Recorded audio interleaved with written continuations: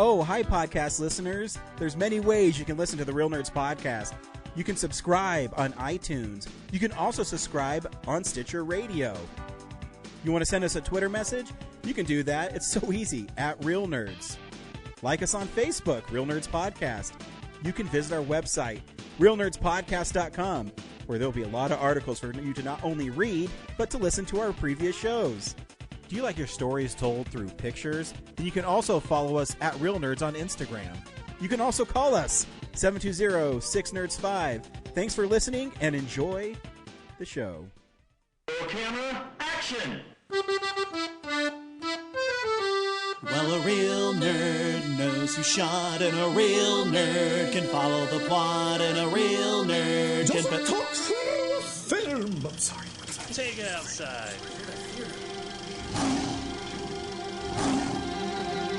Well, a real nerd knows who shot, and a real nerd can follow the plot, and a real nerd will give it all they got.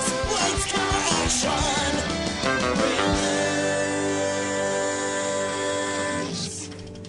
Hey, lucky you. You are listening to the best movie podcast on the internet, Real Nerds Podcast. Every week we see a new movie and we podcast our experience of the world. Not only that, but I am joined by my good friend Brad. Brad, how are you? Dude, I am jazzed for our booth, man. It's going to be super cool. I know, I can't wait. It's cool. I was, for those of you who don't know, we'll be at Fan Expo Denver, July 4th through the 7th. And our booth this year is a really cool take on Pizza Hut from the 1990s. Now, everybody knows Pizza Hut now, but you and I, Brad, grew up in the 90s where it was the Book It Club and the Land Before Time toys and the Ninja Turtles video cassettes. Yeah, coming out of the Shells tour. Yeah, and so off the success of our booth from last year where we did Blockbuster Video, we're tapping into the nostalgia again of Pizza Hut. And you did such a good job with the chandelier and the design of the booth. I'm expecting people to come and ask us for actual pizza. I'll be just if they don't ask, if they don't think we're actually a Pizza Hut, I will have failed in my mission. Yeah. You saw the poster I made, like yeah, you have to really be paying attention to like really understand that it's not a Pizza Hut. You know, it's like what is it, like They Live, where the signage is like secretly something else. Yeah. That's what our booth is like. See the actual Real Nerds is wearing those like cardboard 3D glasses, you know? Exactly, yeah. Like if you put them on, you see just like our generic black and red podcasting booth. But yeah, without them, you're just seeing like a really awesome 90s Pizza Hut come to life. But also, we are also doing a panel. We're basically doing an argument why physical media is important in movie theaters. And you can see us July 4th, Happy Independence Day at 6 p.m. in room 603. And you can join in the discussion and it'll be fun, hopefully. I got to figure out, I know the general topic, but I got to make it fun for everybody. So that's my conundrum I've had for the last week or so. Yeah. And if you're really into streaming, you can come and just tell us go fuck ourselves. Yeah. Like everything I love in streaming with crushed colors and compromised audio. Yeah. Fuck you guys and your buffered images. Perfect. Yeah. Anyways, we see a new movie every week. We podcast our experience to the world. This week, along with the rest of the world, we saw Inside Out 2. Stay tuned. We'll recommend the film or not, play the trailer, spoil the movie. We'll also talk about the big movie news story of the week and stuff we've watched throughout the week. It's what we do. 13 years, Brad. 13 years. This mission will not end. We will continue to see movies and do these things. Exactly. No one can stop us. Can't stop us now. Hey, Brad, do you recommend Inside Out 2? I do. It is a good movie. Yeah. Yeah, I'm in the same boat. I think the movie is delightful, and it's one of my favorite movies of the year. And I don't know, it might be because I saw Garfield last week, and I go, oh yeah, this is what an intelligent animated film is. Here's the trailer for Inside Out 2. This is Joy, coming to you live in Riley's mind. Make some noise! Sadness is in the house! It's anger! Let me at him! We gotta get our mouth guard, people! Fear! No, that's not ours! Disgust. Glad to have her on our team. Our little girl's growing up so fast. Ow. Sorry. It should be nothing but smooth sailing from... Hello. I'm anxiety. Where can I put my stuff? A new emotion. Oh, I'm sorry. We wanted to make such a good first impression. What do you mean, we? I'm Envy. Look at your hair. Oh, yeah, not happening. That's on we. On what? It's what you would call the bar down. What's your name, big fella? That's embarrassment. Welcome to headquarters, embarrassment. Oh, we're doing a fit. No. Oh, nope, going high. Oh, you got a real sweaty palm there, buddy. Look, we all have a job to do. I plan for the future. You want to sit with us? These girls are so cool. We can't let her know we're excited. I got this. Joy, I'm just curious. Maybe, I could Thank you, help. not now. Yeah. That's not gonna haunt us for the rest of our lives at all. You feeling all right? I know change is scary, Let's do this. Hey, Riley. but we need new friends or we'll be totally alone in high school. Out with the old, in with the new. Riley's life requires more sophisticated emotions than all of you. You can't just bottle us up. We are suppressed emotions! Let Operation New Riley begin. You aren't packed yet? I'm the worst! Well, that's a preview of the next 10 years. Come on. Riley means us. Have I ever steered you wrong before? Many times. What is that? It's the sarcasm! Sarcasm. Boy, are we so lucky we ran into you guys. Boy, are we so lucky we ran into you guys. Wow, those guys are jerks. Wow, those guys are jerks. I mean, the trailer actually kind of sets up the story pretty well. Riley is now 13 years old, and she's in middle school, and the emotions that you met in the first film are back, and kind of an interesting little subplot that they mentioned very early in the film that kind of comes back is Joy, because she's always happy, takes all of Riley's bad memories and launches them like a pinball into the back of her subconscious, so only her good memories stay.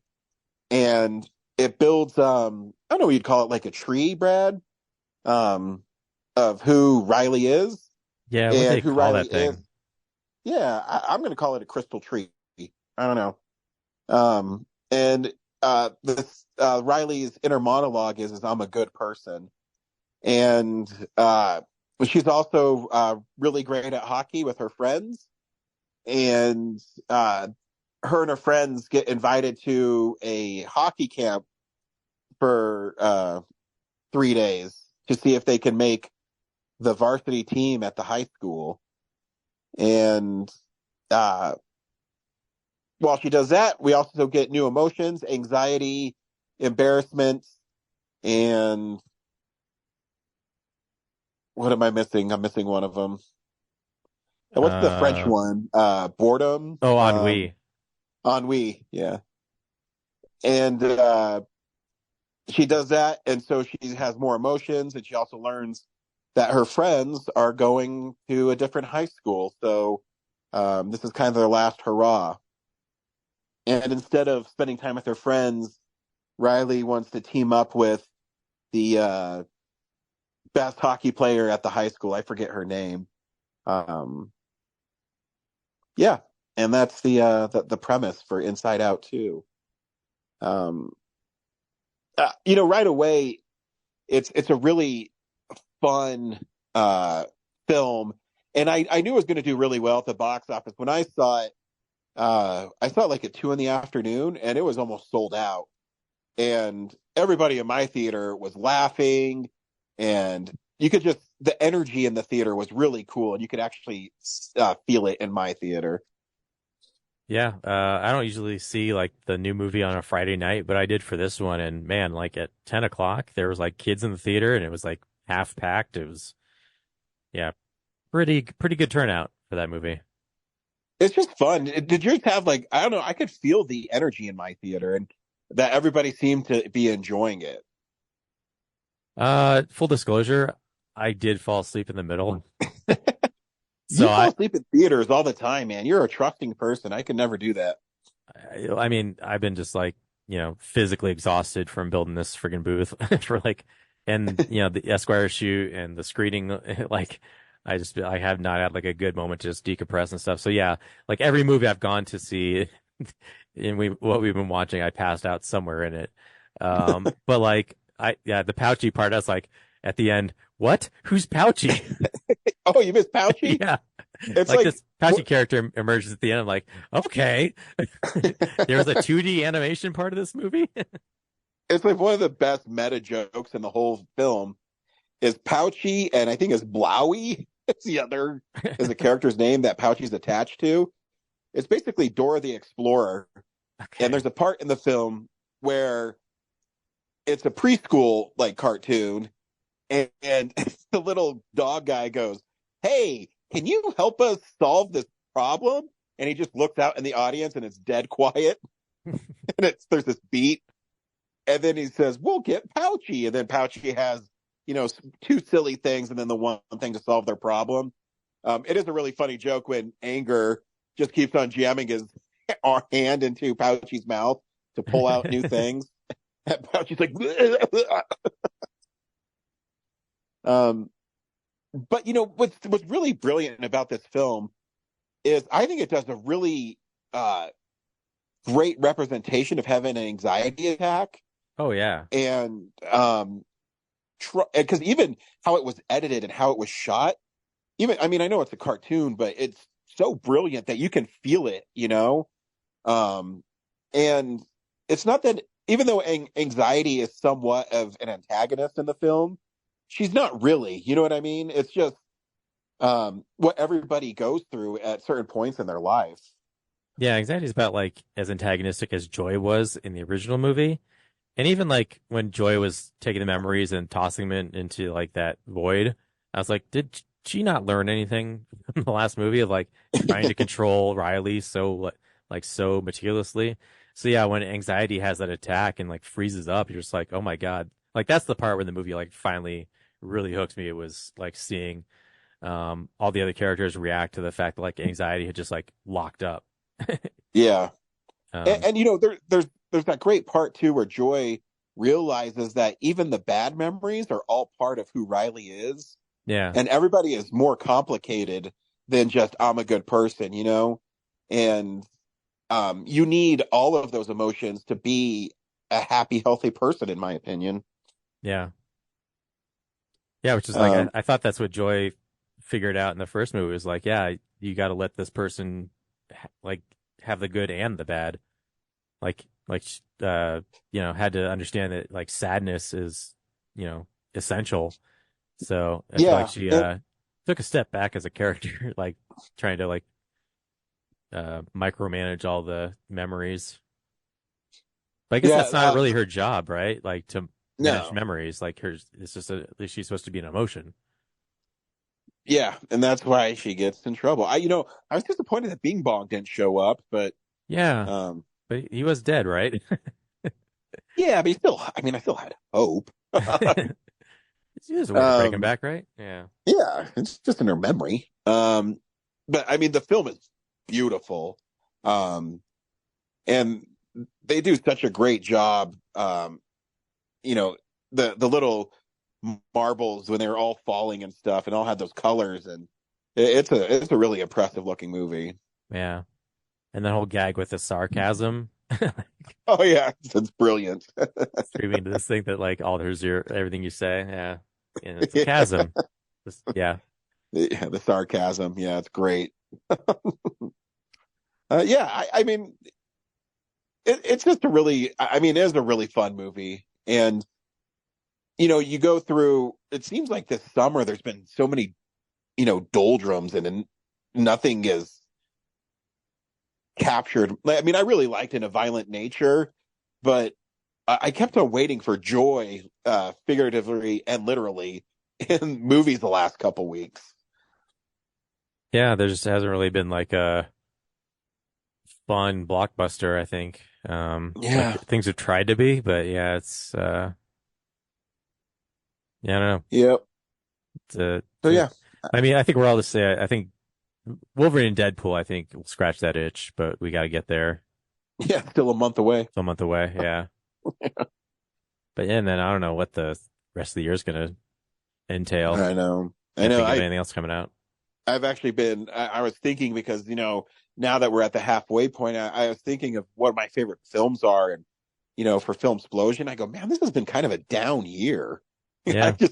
I haven't been inspired that much. I mean, I have a number one on the list, but I'm just like, I don't know if that's a top 10 number one. I know, right? Yeah. So we'll see. We'll see. I mean, there's a lot of great like indie stuff coming out. So yeah, I do have. I've been so busy. I really want to see Robot Dreams and Thelma. So that's like kind of my goal this week. Same. Yeah, I saw Robot Dreams, so I'll talk about that later. But yeah, Thelma looks great. It was like sold out today, so it's really popular. Wow. Yeah. Yeah. Yeah. Go see Inside Out too. Yeah. Hey, I'm gonna see it again because I missed the whole middle of it. Yeah, you got to see Pouchy. This is the big news story of the week. It's real news.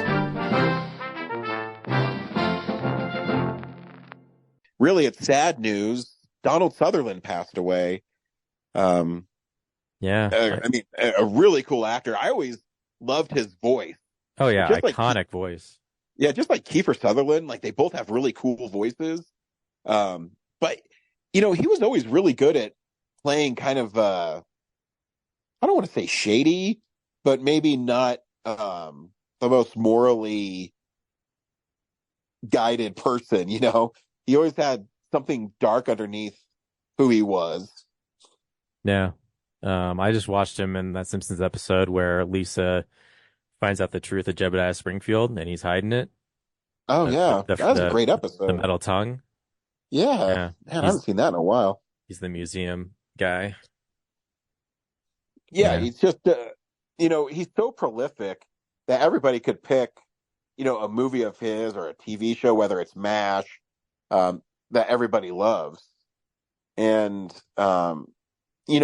he lived to be almost 90. That's such a great run.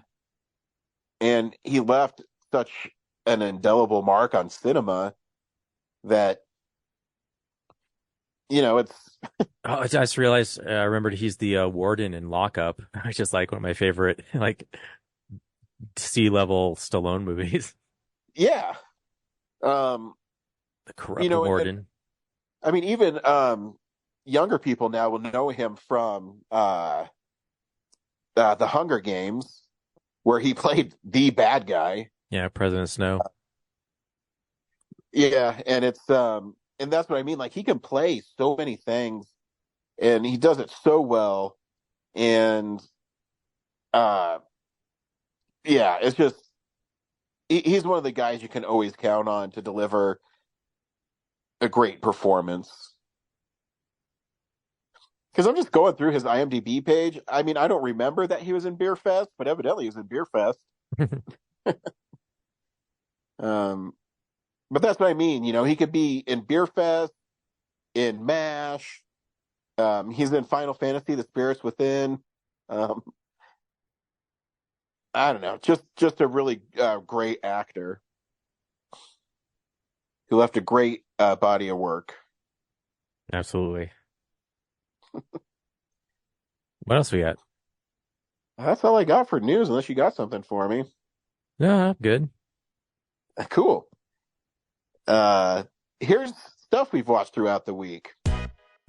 So, yeah, this is the stuff we've been watching. Brad, what'd you watch? Kind of a waste of time because, like I said, I slept through most of them. Yeah, so I watched Bad Boys Ride or Die this week. and at the drive-in. And I've only seen two. It's the only other one I've seen. Did you see it because it's in Hot Fuzz? I saw it because it was part of the Garfield double feature they were having. And it's fine. I'm not invested in that.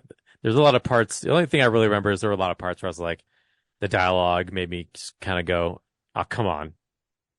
There's a part where Martin Lawrence's character has a heart attack, and he basically goes to like the world and like that T'Challa goes to in Wakanda, like when he sees his dead relatives. Oh, nice. He has like this premonition. I was like, oh, so there's like this supernatural element to the Bad Boys franchise now. And of course, it's been viral online that like the camera technique for how they like shoot the guns of the finale. And Will Smith's character is having panic attacks. That is kind of a thing that doesn't seem to go anywhere because I guess he let his captain die in the last one. I don't know. I wasn't there for that one. I don't know. But there was alligators kill people, so that was pretty cool. Nice. Temple of Doom style. Yeah, because there's like the finale takes place in an abandoned like alligator amusement park. Yeah, with alligators still in it. All right. Yeah, I forget the name of like it's a special name, but yeah, apparently this abandoned parks they just left that alligator just live on its own for like I don't know, probably 20 years. So yeah, I guess he eat people at the end, which is awesome. Yeah, so the Esquire is going to stick around a little longer. Nice. July 18th, so there's going to be at least 2 weeks in July that you can still go see stuff. I found that out because I went to go see A Boy and His Dog from 1975 as one of the late nights. I don't even know what that is. What is that? That's a movie where a very, very pre-Miami Vice Don Johnson lives in a Mad Max-style apocalyptic wasteland, and his only companion is a talking dog. Yeah. I'm not sure if they ever explained why the dog or how the dog can talk. Yeah, it's like Family Guy. Yeah, basically it's Brian Griffin. This dog is often and like the whole premise is that he's this lone wanderer in this future wasteland, and his only goal is to get laid. Nice. Nice. So basically every man in this future realm is a rapist. Okay. Yeah, they wander around killing each other, looking for food, and looking for women that are left to hook up with. As someone would want to do. And somehow the dog has powers to sense when women are around. Has like a women radar. A woodar? Yeah. So, and then that's on the surface of the nuked world, and below the surface is a normal, like, Pleasantville-style town, where eventually they travel to, he hooks up with one woman, she takes him to this town underground, where they end up milking him for his, what? Yeah, his semen. And I missed the part because again I fell asleep where they're outside and they travel to the underground world. So I just woke up in this nighttime, old timey land where all the citizens are wearing like clown makeup, like very light clown makeup. Like they're all pale because they never get outside to see the sun, and they've rouged up their cheeks so they kind of tell themselves they look more alive than they are. But yeah, and there's like a town council that kidnaps him and tries to I guess milk him so they can impregnate all their women folk. All right. Yeah. And then they get away. His lady companion helps him get away, and at some point the dog got injured and it never traveled down there, so when he got back to the surface he's like, I got to get my dog to a hospital, which shouldn't exist because everything's like nuked. And the woman's like, you should just let him go. And it cuts to him just walking away with the healed dog, being like, forget her, man. Like, it's all about you and me. Yeah, it's not like the hero. I couldn't root for Don Johnson's character. He's just such a piece of shit. He's mean to the dog. Even like the dog's sarcastic to him, but he's not like overtly mean. But like in return, he's like really mean to the dog, but still like treats him like a companion. He's not very nice to his lady friend. And yeah, mostly he's just shooting people and taking their food, or waiting till other people kill each other and taking their food. And then he's just rude to everyone. Like he's like a 20-year-old in the apocalypse, so he's just like not mature and selfish, and he never changes. Nothing about his experience in this movie. He has no character arc. He's just a jerk by the end as well. So, dick. Yeah, didn't enjoy that too much. And then I saw, which you were trying to see, Robot Dreams, which was like an Academy Award nominated animation from last year that is finally made its way to our Denver screens, and I think it's good. It's not like the animation is spectacular. The story is a little like there's a long stretch where the robot and the dog are not together because the robot is stuck on a beach, like on Coney Island, and they close the beach like the day after they go there together, and the robot's stuck there because like the sand and the salt water like corroded its parts, so it can't move, and it's too heavy for a dog to move. So dog thinks he's going to come back the next day and with like lubricant and help him back to life. But they close the beach, so he can't get there. And every time he tries again, he gets arrested, and never has a thought to just charter a ship and approach the beach from the water side. So the robot is just a disembodied head that sits there for like winter, spring, and then early summer. And these different things happen to them while they wait to be together again. And it's kind of a metaphor for like life in New York, where like you'll have an encounter with someone and like really enjoy it, but like life very quickly separates you. Like later on, dog meets someone else, and they have like a fun weekend together, but like the next day, that person's like, "Oh, by the way, I moved to Europe. See you later." So the dog has a yearning for companionship and is constantly seeking it, and finds it in the robot. But when the robot's incapacitated, he's left with like, what do I do? And this like long waiting period of like, will I ever see the robot again? Can I ever get back to the beach? And then the robot's just sitting there in the sand going like, just listening to people wash up on shore or birds fly by. And yeah, it's interesting. And there's no dialogue. It's all just music and just like reaction, like facial reactions and things. There's absolutely no spoken dialogue in the movie. So Kellen really wants to see that movie. Do you think he'll like it? I think he will. I think it might be a little slow in parts because like it really requires you to pay attention to how like people's facial expressions. But I mean, I think when he saw the trailers, I think he told me it looks beautiful. So I think he really is drawn to the animation of it. Yeah, I think the animation alone is. I think he's old enough that maybe like he'll catch the subtleties of things. But I mean, there's just it's with no one talking. There's just like a lot of just like you're just watching a silent movie basically. So it's all about the performance of just actions. And there's parts where like the Robot Dreams comes into play where you think you're watching the movie and it turns out to just be a dream.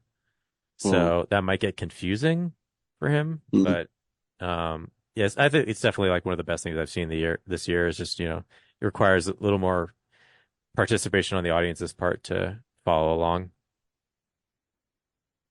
Cool. Yeah. And the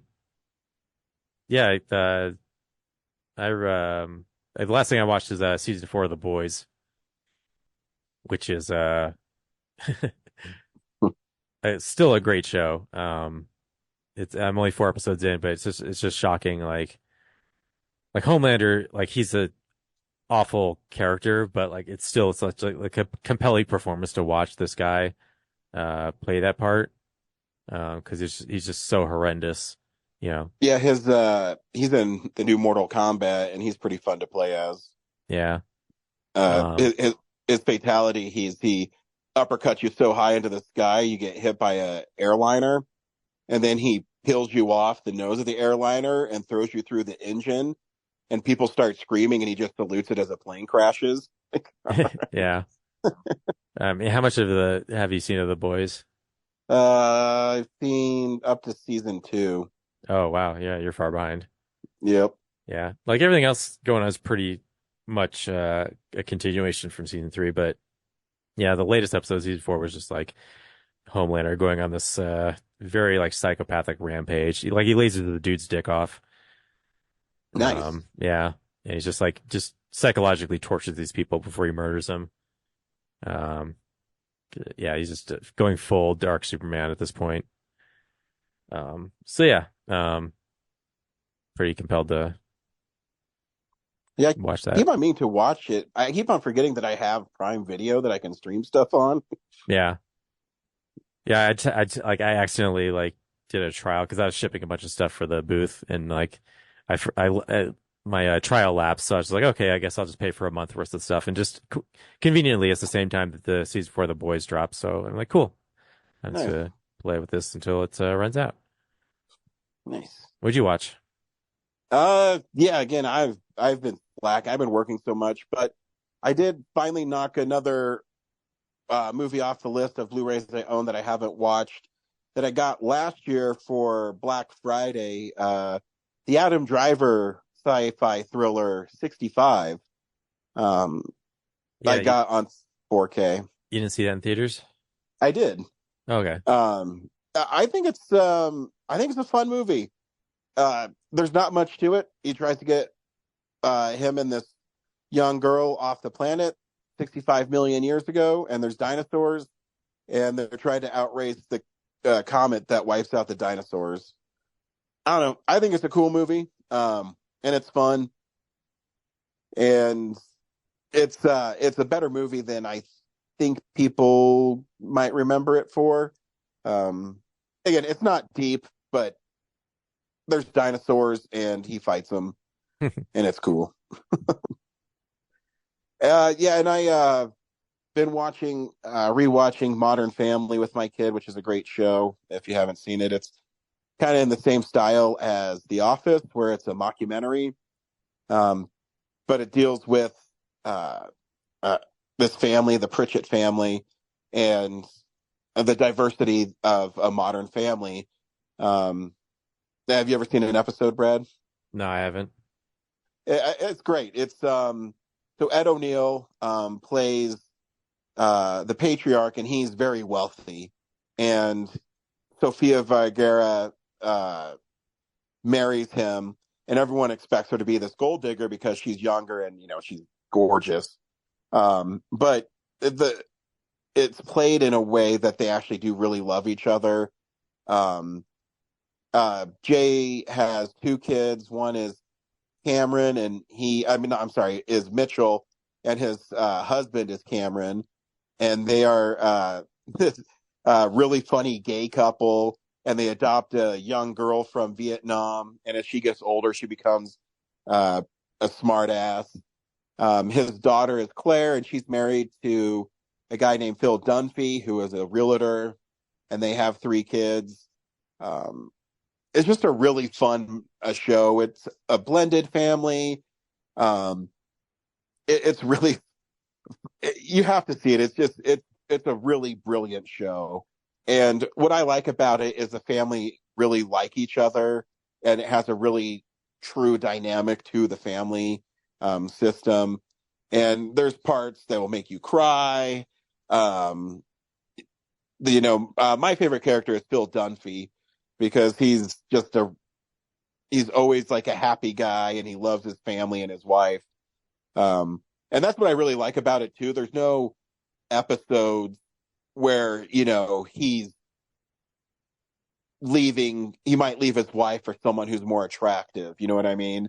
He always loves his wife, and he always is like a really good dad. And it's really cool to see that in shows.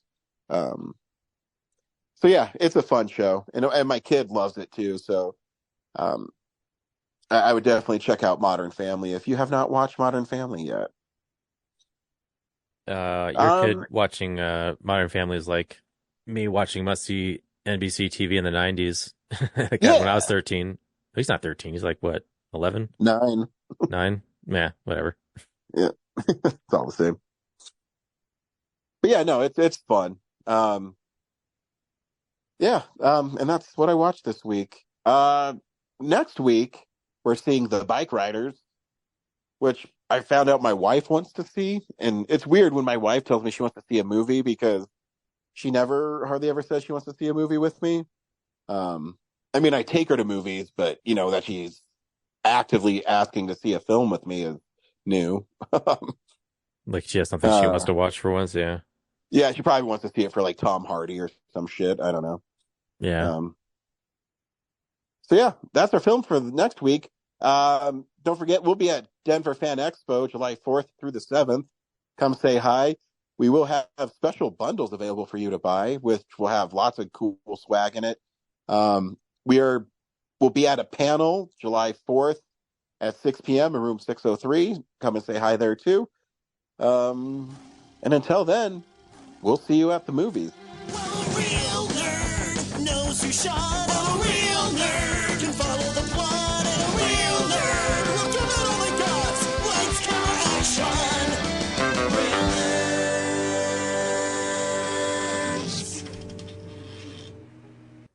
Thanks for listening to Real Nerds Podcast, a Nebulous Visions production. Stream or download episodes, read articles at realnerdspodcast.com. Stream us on Apple or Google Podcast, Stitcher, Spotify, or iHeartRadio. Follow us on Facebook, Real Nerds Podcast. Twitter and Instagram, @Real Nerds. Watch us on YouTube, Real Nerds Podcast. Email us at realnerds@gmail.com. Call us at 720-6nerds5.